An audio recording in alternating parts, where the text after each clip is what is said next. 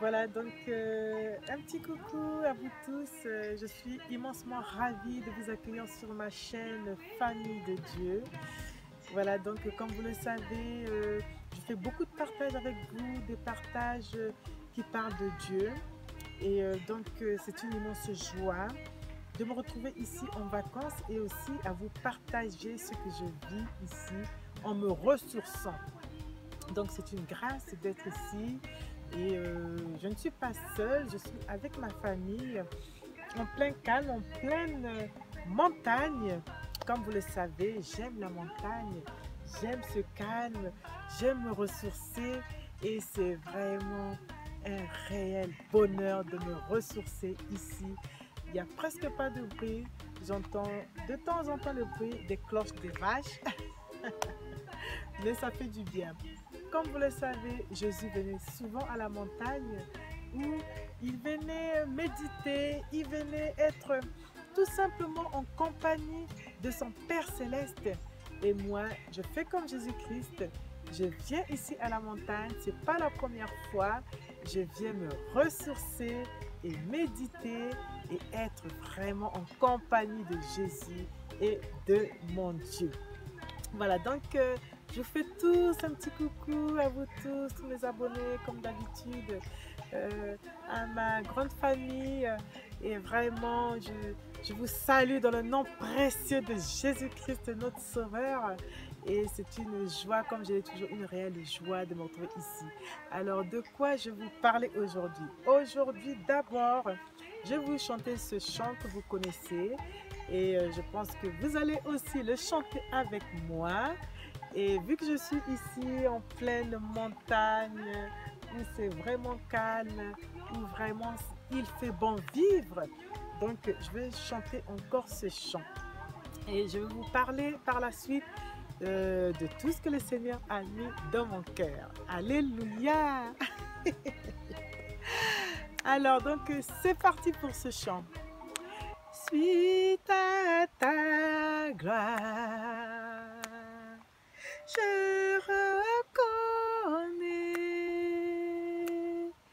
que tu m'as sauvé. Suite à ta main, je reconnais que tu m'as guéri. C'est à ta grâce, je reconnais que tu m'as délivré. C'est à ta grâce, je reconnais que tu m'as béni. Je ne peux que te bénir, te louer et te rendre grâce. Je ne peux que te louer, te bénir et te rendre grâce. Tu es parfait, tu es amour, tu es bon pour moi. Tu es parfait, tu es amour, tu es bon pour moi. Merci Jésus, merci mon Dieu,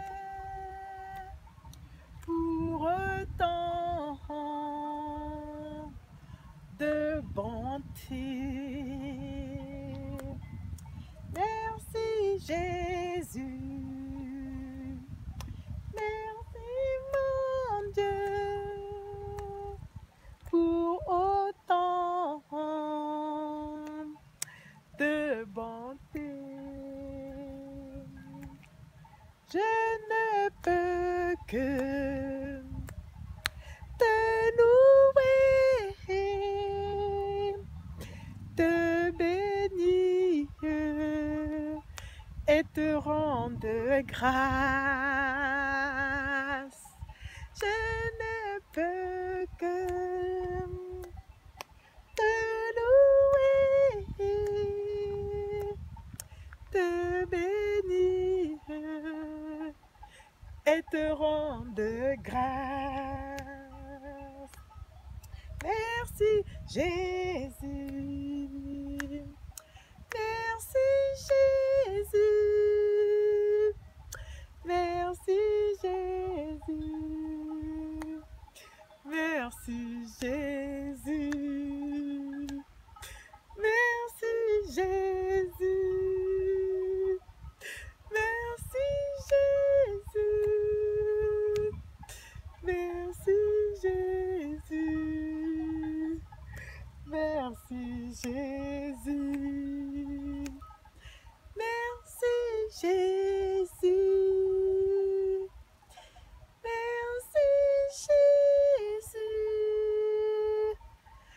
merci Jésus, merci Jésus. Merci Jésus d'avoir permis que je revienne une seconde fois ici à la montagne. Ce n'est pas la première fois, non. Je viens et je me ressource. C'est une façon de venir me retrouver avec Jésus, mon Père Céleste. C'est une grâce. Oui, le Seigneur a mis un message dans mon cœur. Je vais le partager avec vous. Alors, c'était hier dans l'après-midi. Donc, pendant que j'étais dans ma chambre, j'ai entendu la voix du Saint-Esprit de façon audible dans mon cœur qui me disait qu'il est important qu'on puisse trouver un temps de méditation. Oui, il est important de méditer. Que veut dire méditation? Méditation, ça veut dire se mettre à part, ça veut dire réfléchir sur des thèmes bien précis, se retrouver, à prendre un sujet et à réfléchir.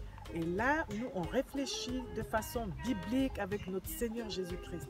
Se retourner, c'est-à-dire se retrouver ici à la montagne et se mettre à réfléchir sur la parole de Dieu, à méditer sur ce que le Seigneur nous a enseigné.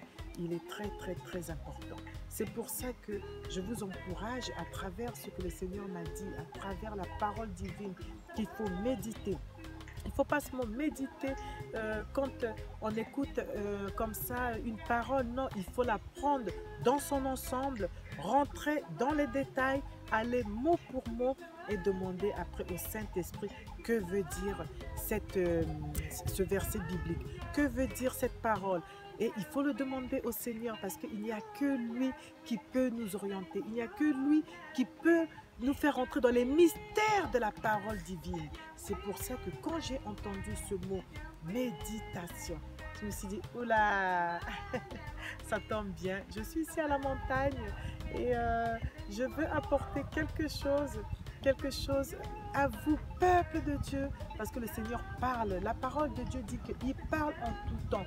Il parle quand on dort, il parle quand on se réveille, il parle quand on est en famille, il parle quand on est au travail. Voilà, donc il parle en tout temps. Et là, il m'a encore parlé. Et à travers ce qu'il m'apprend, et je ne peux pas le garder pour moi seul. C'est pour ça que je communique avec vous, afin que vous aussi, à votre tour, vous puissiez aussi communiquer à d'autres, afin que nous puissions tous être exhortés. Donc, la parole de Dieu, c'est une parole qui ne passera jamais. Le Seigneur a dit, le ciel et la terre passera, mais ma parole ne passera jamais. Donc, la parole de Dieu, c'est une parole qu'on doit garder dans notre cœur. On doit la serrer contre notre cœur afin de ne pas pécher contre Dieu, afin de ne pas passer à côté de l'essentiel. C'est une parole qui guérit, c'est une parole qui restaure. Et comme là aussi, je peux vous faire un témoignage. Il n'y a pas très longtemps, il y a à peu près entre 2 ans de cela, je crois que ça doit faire maintenant 2 ans, je suis venue ici à la montagne et j'avais ma fille qui faisait de l'asthme, vraiment à un point où c'était un niveau où on se disait, mon Dieu, on vient à la montagne, qu'est-ce que ça va donner? on avait quand même peur pour elle. Mais sachant que on a un Dieu, sachant qu'on met tout par la foi, alors qu'est-ce qu'on s'est dit? On vient par la foi. Elle avait ses traitements, elle avait tout ce qu'il fallait, mais on s'est dit qu'on va essayer de venir parce que bon, on est en vacances et puis c'est bien de profiter des vacances. Alors ce qui s'est passé, on est venu ici à la montagne, même pour faire des petites montées, elle n'y arrivait pas. Et on a tout mis dans la prière, mais qu'est-ce qui s'est passé? Quand il y a eu le miracle, je ne m'en suis même pas rendu compte. C'est mon mari, quand on était en train de faire une montée, qui me dit « Mais regarde, mais elle ne siffle plus. Elle avait de l'asthme, mais là, elle n'a plus rien. » Et moi, je reste calme, je dis « Mais non, mais c'est pas vrai. » Il me dit « Mais si, écoute son souffle, son souffle. » Et je me rapproche. Dieu l'avait touchée. Elle ne siffle plus. Et là, on était tellement tous étonnés, on venait pointer notre oreille pour voir si c'était concret, si c'était réel. Et du coup, on a attendu le lendemain, mais on savait que Dieu avait fait maintenant un miracle. On a remercié le Seigneur. Et ce qui est bien, c'est que jusqu'à aujourd'hui, elle ne siffle plus, elle a été guérie, elle n'a plus cet asthme-là qui sort au grand, où on entend comme si c'était un tambour. C'était horrible, c'était horrible. Mais merci Seigneur, Dieu fait grâce, Dieu agit, il agit en tout temps. Ah, je suis contente aussi en plus de ça. Un petit coucou aux petits moutons qui viennent là, je suis dans la joie.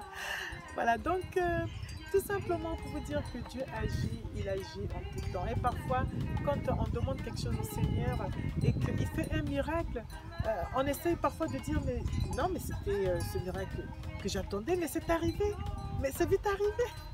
Parfois, on est surpris. Et en plus de ça, je remercie aussi l'Éternel. Ça va être vraiment une vidéo témoignage en fait. Hein. Je remercie aussi le Seigneur parce que moi aussi j'étais vraiment dans cette grâce-là. J'ai pu avoir aussi le miracle. Hein. Toujours à cette même période, on avait décelé que j'avais un talent en fait au niveau de mon tendon, que ça avait en fait une dimension d'une personne qui pouvait à peu près avoir la soixantaine, donc vraiment d'une personne âgée.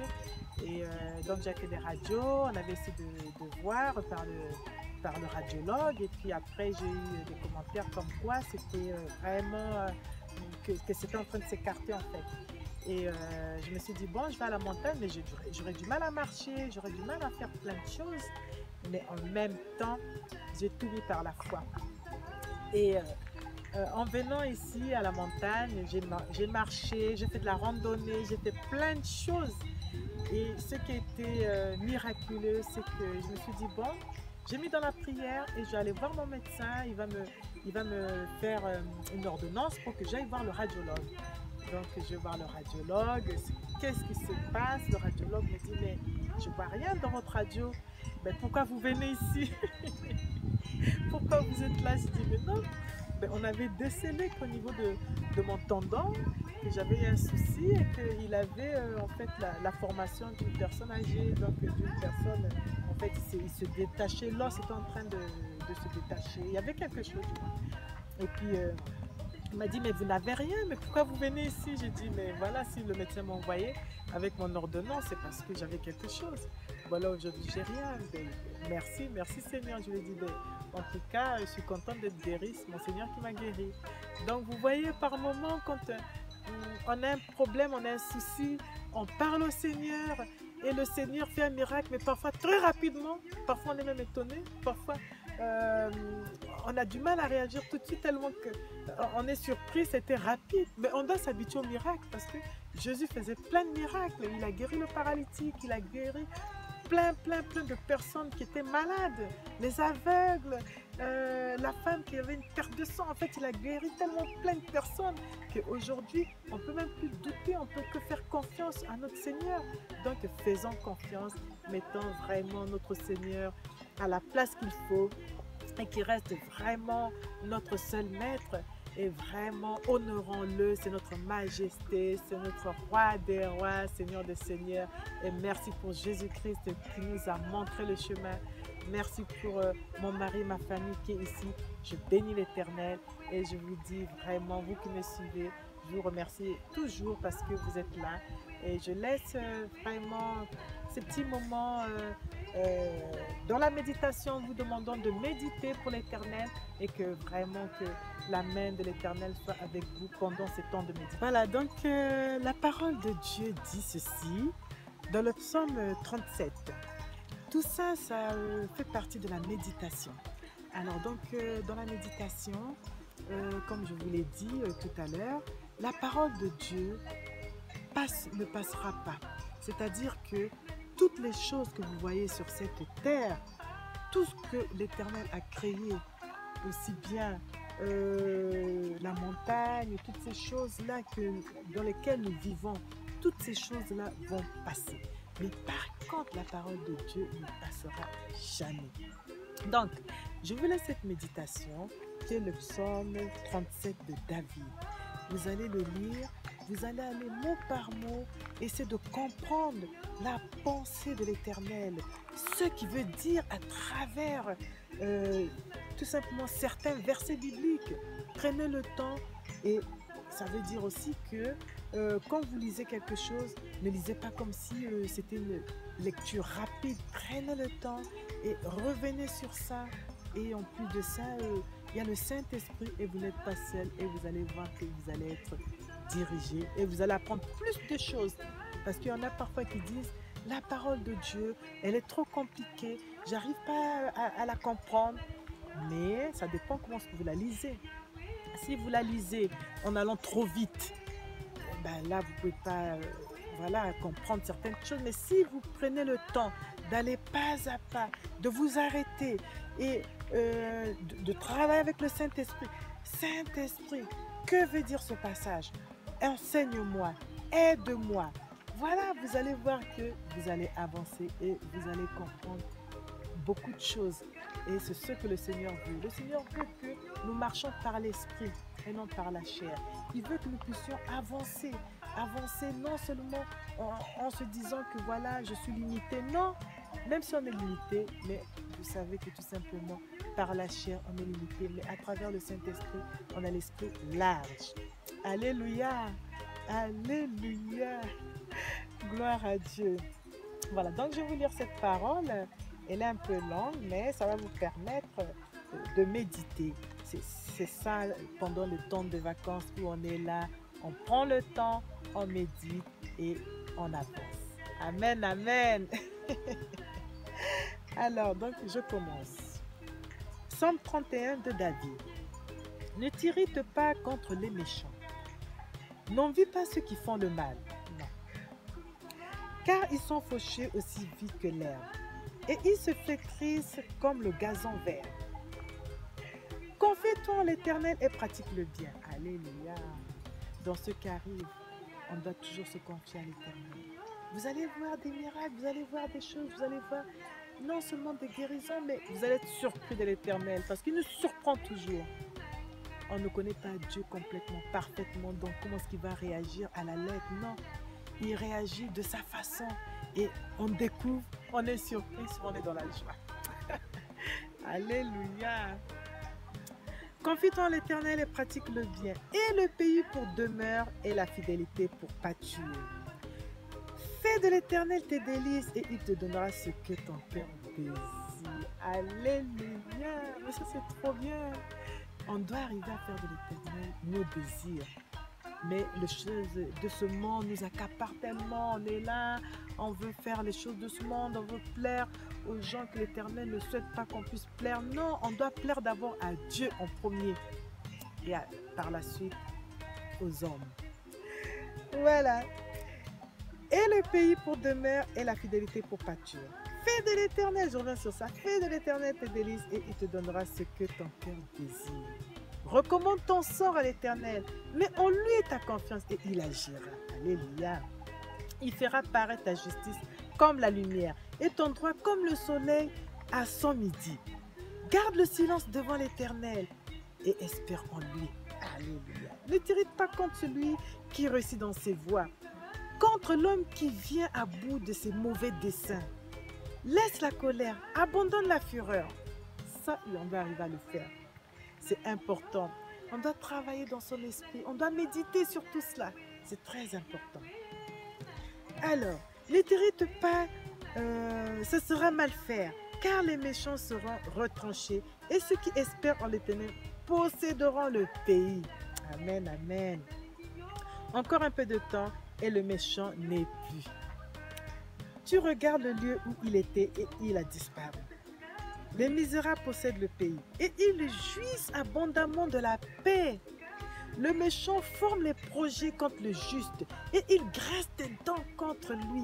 Le Seigneur se rit du méchant, car il voit que son jour arrive. Le méchant tire le glaive, il bande l'arc pour faire tomber le malheureux et l'indigent. Pour égorger ceux dont la voie est droite, leur glaive entre dans leur propre cœur et leur arc se brise. Oh là là, vous voyez, hein, ceux qui arrivent aux méchants, ils se disent que ça y est, le juste va tomber, mais c'est eux-mêmes qui tombent. Mieux vaut le peu du juste que l'abondance de beaucoup de méchants, car les bras des méchants seront brisés. Alléluia. Mais l'Éternel soutient les justes. L'Éternel connaît les jours des hommes intègres et leur héritage dure à jamais. Gloire à Dieu. Ils ne sont pas confondus au temps du malheur et ils sont rassasiés au jour de la famine. Mais les méchants périssent et les ennemis de l'Éternel, comme les plus beaux pâturages, ils s'évanouissent en fumée. Vous voyez ce que Dieu fait? Dieu fait à ceux qui ne marchent pas dans la justice, ce qui fait donc aux méchants. Donc ne croyez pas qu'il n'y a pas de justice. Si, parfois on dit oui, Dieu il n'agit pas, il est là, il ne fait pas grand chose. Mais si Dieu agit dans la paix, dans l'amour, dans le silence. Alléluia. Le méchant emprunte et il ne rend pas. Le juste est compatissant et il donne. Car ceux qui bénissent l'Éternel possèdent le pays. Et ceux qui maudissent sont retranchés. L'Éternel a fermé les pas de l'homme et il prend plaisir à sa voix. Gloire à Dieu. Alors, s'il tombe, il n'est pas terrassé, car l'Éternel lui prend la main. Oh, c'est trop beau. J'aime toujours ça. Quand l'Éternel nous prend la main, oh là là, c'est comme un enfant qui est un peu, qui marche et puis il a même peur parfois de tomber. Et voilà, tout juste on lui prend la main.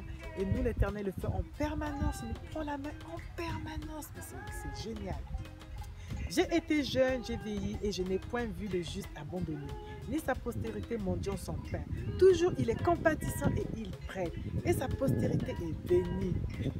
Gloire à Dieu. Détourne-toi du mal, donc réfléchissez, méditez, détournez-vous du mal et faites le bien.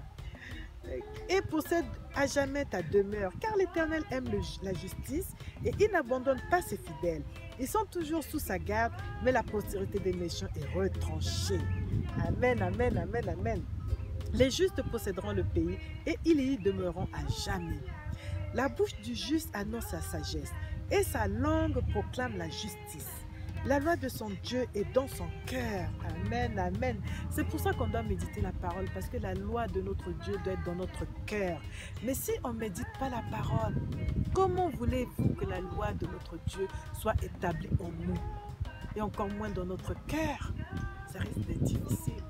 C'est pour ça que allons dans la méditation de la parole. Alléluia. Alors, le méchant épie le juste.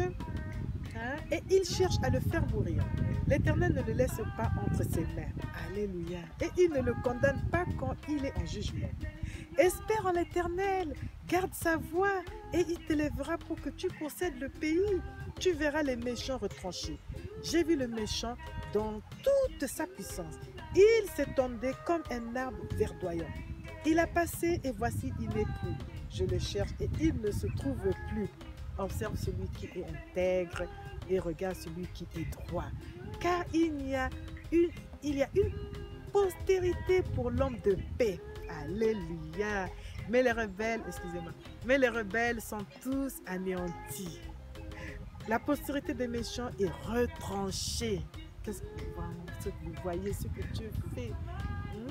La postérité des méchants est retranchée. Le salut des justes vient de l'Éternel.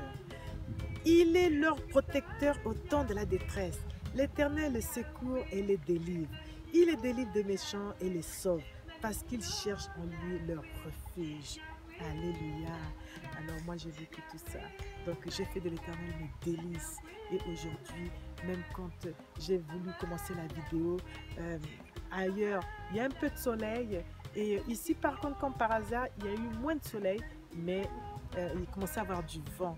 Et j'ai parlé au vent. Donc, avec l'Éternel, quand vous êtes juste devant lui, vous pouvez parler aux choses, vous pouvez tout simplement faire valoir la justice de l'Éternel et l'Éternel vous exauce. J'ai parlé au vent et ça s'est calmé. Donc, nous, on peut faire comme Jésus-Christ. Et croyez-moi, Jésus-Christ, il nous a tout laissé, il nous a donné son autorité, il nous a donné tout simplement toute la puissance. Si on le craint, si on marche dans ses pas et essayez de méditer sur tout cela, pratiquez le bien et vous allez voir la main de l'Éternel. Alléluia. Alléluia. Je vous bénis dans vos familles. Je vous laisse ce partage afin que vous puissiez aussi méditer et que ça vous apporte toujours un plus, aussi bien pour vous, mais aussi dans vos foyers. Pendant ce temps de vacances. À très bientôt. Je vous laisse. Que le Seigneur vous bénisse abondamment. Alléluia. Bye bye. Tu as fait de moi ce que je suis.